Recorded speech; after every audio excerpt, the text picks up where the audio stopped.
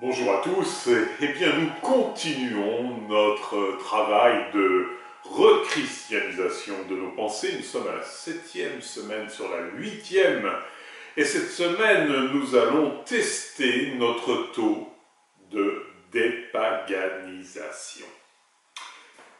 Dans Matthieu chapitre 5, versets 11 et 12, Jésus nous dit « Heureux êtes-vous si l'on vous insulte, si l'on vous persécute, si l'on dit faussement toutes sortes de mal contre vous à cause de moi. Réjouissez-vous, soyez dans l'allégresse, car votre récompense est grande dans les cieux. C'est ainsi qu'on a persécuté les prophètes qui vous ont précédés. » On est presque à la fin du parcours et il nous reste 2 étapes. Il est donc toujours bon d'évaluer si les connaissances acquises sont bien entrées dans notre mémoire et si notre intelligence s'est convertie. Bon, il faut le reconnaître, nous avons fait un gros effort pour ne plus nous laisser entraîner par les premiers mouvements de notre âme auxquels Saint Jean de la Croix nous demande d'être attentifs. Nous avons adopté cette simplicité d'esprit qui nous ouvre les portes du royaume. Deuxièmement, nous pleurons désormais avec ceux qui pleurent, apportant la consolation. Troisièmement, nous sommes devenus de doux agneaux. Quatrièmement, nous nous sommes rassasiés par la justice. Cinquièmement, nous avons le regard miséricordieux de celui que nous portons sur nos proches et sur le monde. Cinquièmement, notre cœur a été purifié. Sixièmement, nous apportons la paix et la justice partout où nous passons. J'ai envie de dire, que demande le peuple? On pourrait s'attendre à de sérieux compliments. Nous sommes les grands vainqueurs de la Coupe du Monde des Béatitudes. Un bus pourrait nous porter triomphalement à la plus belle avenue du monde pour y être acclamé par la foule en liesse. On va faire un petit arrêt sur image.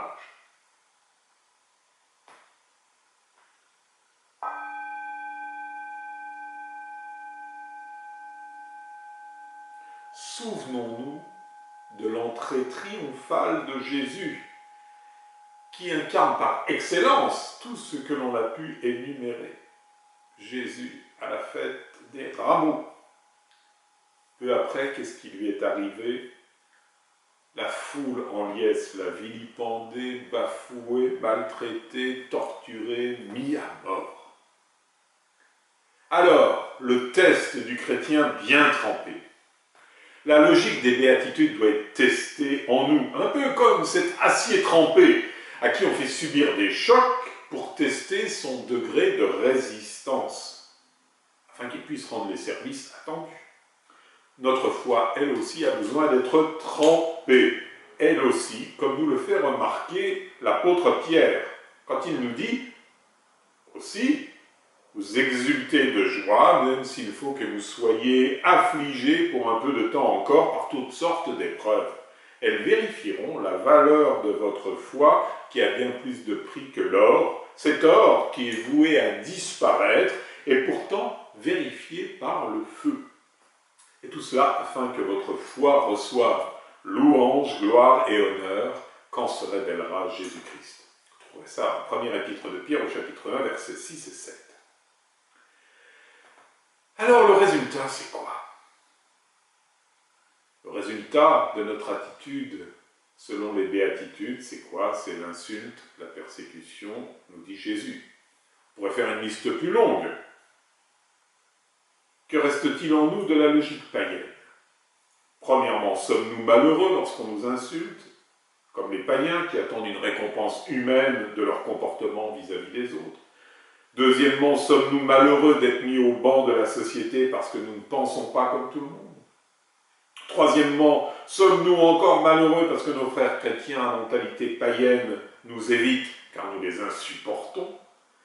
Quatrièmement, sommes-nous malheureux parce qu'un tel ou un tel dit du mal de nous et nous accuse de choses que nous n'avons pas commises? Vous pourrez continuer la liste. Si nous répondons oui à ces questions, nous avons 0. au test de dépaganisation, il nous faut redoubler, mais redoubler d'efforts, et reprendre tout à la semaine 1 de la série de 8 semaines que nous allons vivre ensemble. Jésus ne nous dit pas « Lamentez-vous et soyez dans la tristesse si l'on vous insulte, si l'on vous persécute, si l'on dit du mal de vous. » Jésus nous dit encore aujourd'hui « Heureux êtes-vous si l'on vous insulte, si l'on vous persécute, si l'on dit faussement toutes sortes de mal à cause de moi. » Jésus nous a prévenus. Réjouissez-vous, soyez dans l'allégresse, car votre récompense est grande dans les cieux. C'est ainsi qu'on a persécuté les prophètes qui vous ont précédés. Par le baptême, nous sommes prêtres, prophètes et rois.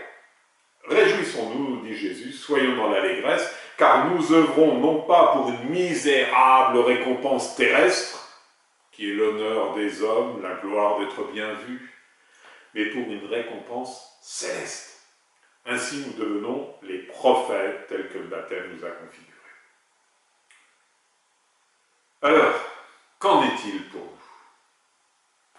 Cette semaine, je vous propose de méditer les points que nous avons vus, les points tests que nous avons vus au cours de cette vidéo.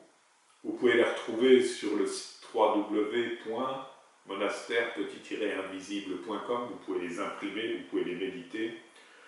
Puis quelques petites sentences, question d'apporter une touche d'humour. Mieux vaut être en acier trempé qu'en acier trompé. Et que l'Esprit Saint éloigne de nous tout esprit découragement. Que le Seigneur vous bénisse, réjouissez-vous et soyez dans l'allégresse.